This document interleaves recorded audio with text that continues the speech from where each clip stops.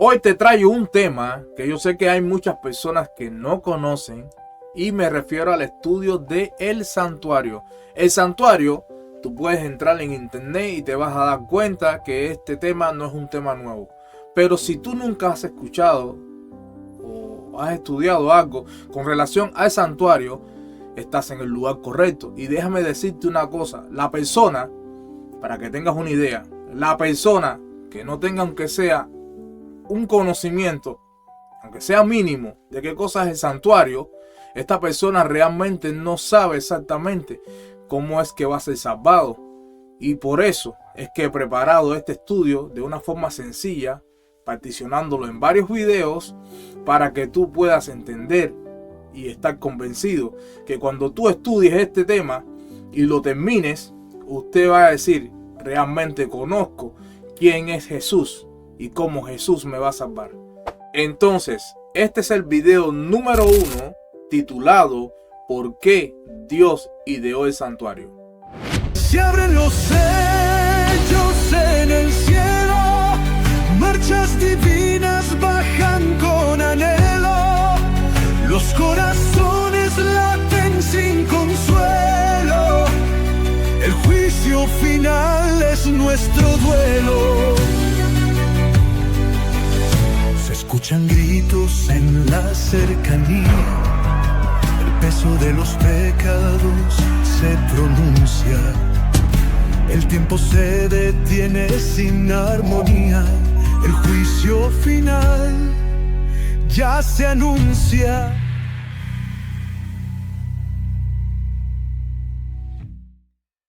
Bien, ya estamos aquí nuevamente y es importante que cada uno preste atención para que puedan entender los misterios que están revelados a través de las escrituras. Y en este caso me refiero al santuario.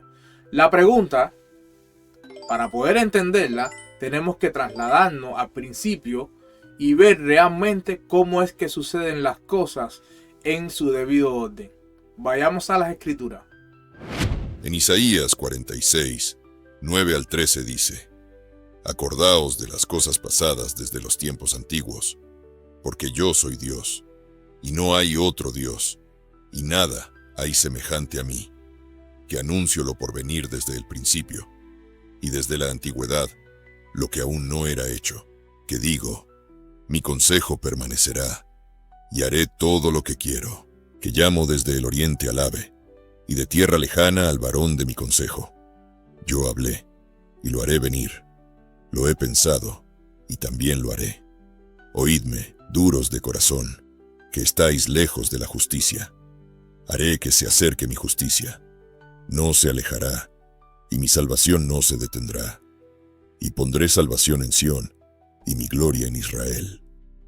Y en Efesios 1, 3 al 7 dice: Bendito sea el Dios y Padre de nuestro Señor Jesucristo, que nos bendijo con toda bendición espiritual en los lugares celestiales en Cristo, según nos escogió en Él antes de la fundación del mundo, para que fuésemos santos y sin mancha delante de Él, en amor habiéndonos predestinado para ser adoptados hijos suyos por medio de Jesucristo, según el puro afecto de su voluntad, para alabanza de la gloria de su gracia, con la cual nos hizo aceptos en el amado, en quien tenemos redención por su sangre, el perdón de pecados según las riquezas de su gracia. Lo primero que tenemos que tener en cuenta es que el pecado de Adán y Eva trajo culpa y sufrimiento sobre este mundo, pero Dios, por su amor, ideó un plan. Aunque la ley, creada desde el principio, exigía la muerte del pecador, porque la paga del pecado es la muerte, solo el mismo Creador podía dar la vida para poder salvarnos. Y la primera promesa de redención se le dio a Adán en Génesis 3:15, anunciando la derrota de Satanás. A Adán y a Eva se le explicó que a pesar de su pecado, o sea, cuando tú analizas las escrituras te vas a dar cuenta de esto, que a pesar de su pecado a ellos no se le iba a abandonar, que por medio de Jesús y del arrepentimiento y la fe ellos podían ser restaurados como hijos de Dios. En Apocalipsis 13, versículo 8 dice: Y la adoraron todos los moradores de la tierra, cuyos nombres no estaban escritos en el libro de la vida del Cordero, que fue inmolado desde el principio del mundo. Y en 1 de Pedro 1, 18 al 20 dice: Sabiendo que fuisteis rescatados de vuestra vana manera de vivir, la cual recibisteis de vuestros padres, no con cosas corruptibles, como oro o plata, sino con la sangre preciosa de Cristo, como de un cordero sin mancha y sin contaminación, ya destinado desde antes de la fundación del mundo, pero manifestado en los postreros tiempos por amor de vosotros. Ya vamos teniendo una idea, pero ahora, teniendo en cuenta que Dios siempre antes de hacer algo, Él lo anuncia a sus siervos los profetas, nos vamos dando cuenta que por medio de Moisés, Dios nos mostró cómo nos va a salvar. Y aquí es donde entra el tema del santuario.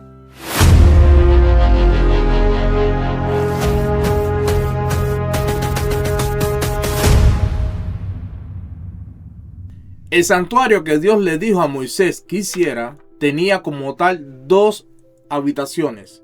Estas habitaciones tenían por nombre lugar santo y lugar santísimo. Ahora bien, el santuario o tabernáculo también tenía un patio o atrio. Este atrio estaba cubierto por una cerca, la cual rodeaba a este edificio. Las medidas que Dios le dio a Moisés fueron dadas en codos. Por ejemplo, tenía 100 codos de largo por 50 de ancho. ¿Qué pasa con esto? Cuando nosotros llevamos las medidas de codo a los centímetros, para tener una idea exacta, nosotros calculamos como tal en 45 centímetros, que esa es la medida de la actualidad. Ahora, cuando se edificó el santuario, la estatura de las personas eran un poquito más grandes, por lo que una medida de un codo en el tiempo de Moisés es un aproximado de 56.67 centímetros. Un codo, no a 45. Esto conlleva a que estas medidas que nosotros tenemos aquí, que son las que realmente representan en metros, ya no son las correctas. Por lo que, por ejemplo, al quitar esto de aquí y quitar esto de aquí, las medidas entonces serían, sacando la cuenta, de 57 metros por 29 metros. Esta sería la medida aproximada, sacando la cuenta en los centímetros en la antigüedad. Lo otro, esta medida de aquí y estas medidas de aquí ya no serían las medidas exactas, por lo que la medida ahora sería, usando las medidas de la antigüedad, serían el lugar santo mediría 12 metros por el ancho, que son 5 metros. Ahora, el lugar santísimo mide igual 5 metros. Cuando sacas la cuenta, entonces esto sería 17 metros. En el espíritu de profecía en el libro Cristo en su santuario, en capítulo 2 dice: El tabernáculo fue construido desarmable, de modo que los israelitas pudieran llevarlo en su peregrinaje. Por consiguiente, era pequeño, de solo 55 pies de largo por 18 de ancho y de alto. No obstante, era una construcción magnífica. La madera que se empleó en la construcción y en sus muebles era de acacia, la menos susceptible al deterioro de todas las que había en el Sinaí.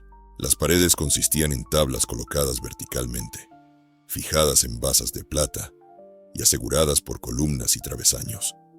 Y todo estaba cubierto de oro, lo cual hacía aparecer al edificio como de oro macizo. El techo estaba formado de 4 juegos de cortinas. El de más adentro era de lino torcido, azul, púrpura y carmesí, y querubines de obra primorosa. Éxodo 26:1. Los otros 3 eran de pelo de cabras, de cueros de carnero teñidos de rojo y de cueros de tejones, respectivamente, arreglados de tal manera que ofrecían completa protección. Ahora, regresando al tema de por qué Dios ideó el santuario, es importante que cada persona nunca olvide que el santuario es una prefiguración a través de símbolos y rituales de cómo Dios nos va a salvar.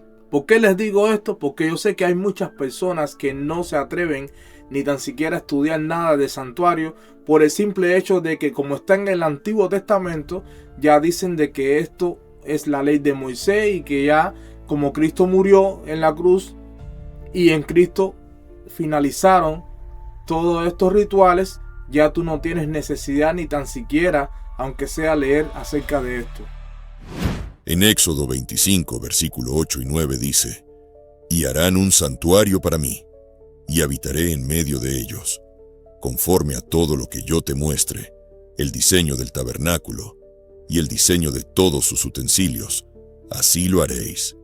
Y en el versículo 40 termina diciendo: «Mira y hazlos conforme al modelo que te ha sido mostrado en el monte». Ahora les quiero mostrar un fragmento bíblico que pone en primer plano la ignorancia de las personas que no quieren conocer acerca del santuario, no quieren saber nada. Y bueno, ustedes lo van a escuchar por ustedes mismos. Este pasaje se encuentra en el libro de los Hebreos. Escuchemos lo que dice. En Hebreos 5, del 7 al 14 dice: «Y Cristo, en los días de su carne, ofreciendo ruegos y súplicas con gran clamor y lágrimas al que le podía librar de la muerte, fue oído a causa de su temor reverente. Y aunque era hijo, por lo que padeció, aprendió la obediencia. Y habiendo sido perfeccionado, vino a ser autor de eterna salvación para todos los que le obedecen. Y fue declarado por Dios sumo sacerdote, según el orden de Melquisedec. Acerca de esto tenemos mucho que decir, y difícil de explicar, por cuanto os habéis hecho tardos para oír, porque debiendo ser ya maestros, después de tanto tiempo, tenéis necesidad de que se os vuelva a enseñar cuáles son los primeros rudimentos de las palabras de Dios, y habéis llegado a ser tales que tenéis necesidad de leche y no de alimento sólido. Y todo aquel que participa de la leche es inexperto en la palabra de justicia, porque es niño, pero el alimento sólido es para los que han alcanzado madurez, para los que por el uso tienen los sentidos ejercitados en el discernimiento del bien y del mal».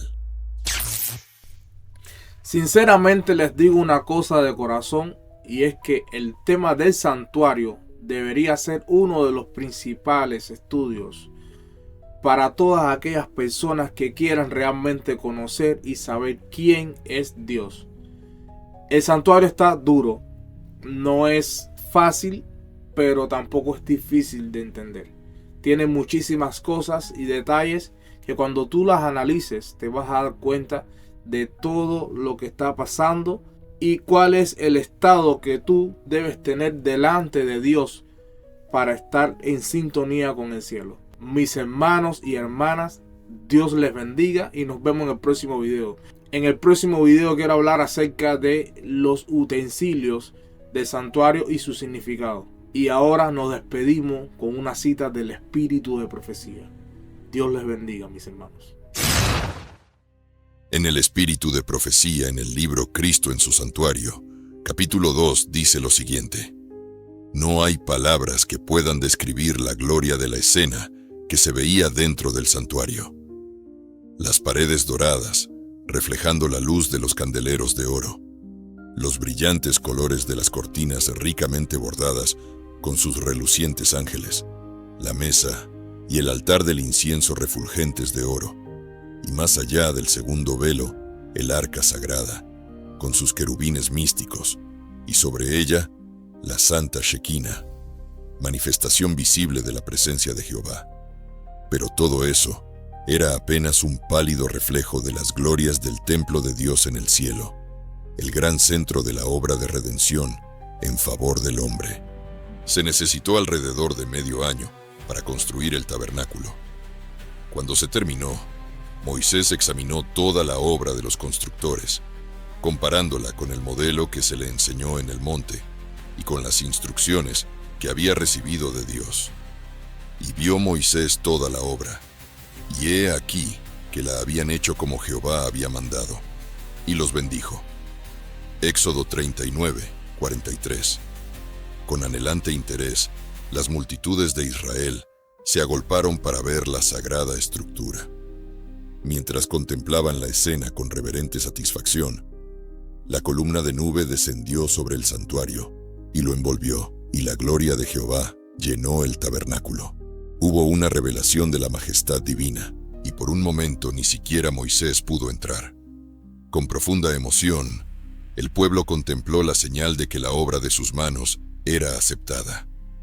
No hubo demostraciones de regocijo en alta voz.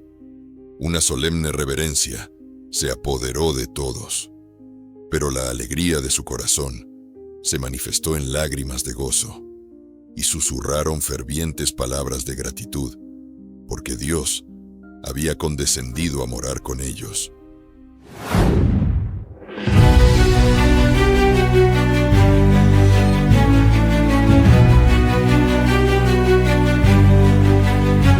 Llega el día temido por todos, las trompetas ahora están sonando.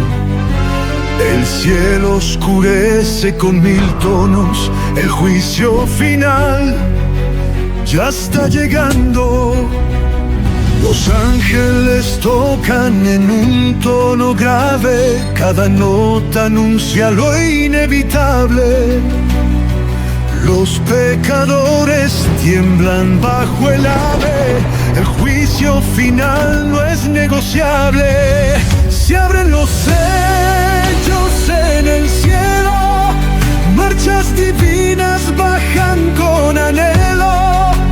Los corazones laten sin consuelo, el juicio final es nuestro duelo. Se escuchan gritos en la cercanía, el peso de los pecados se pronuncia.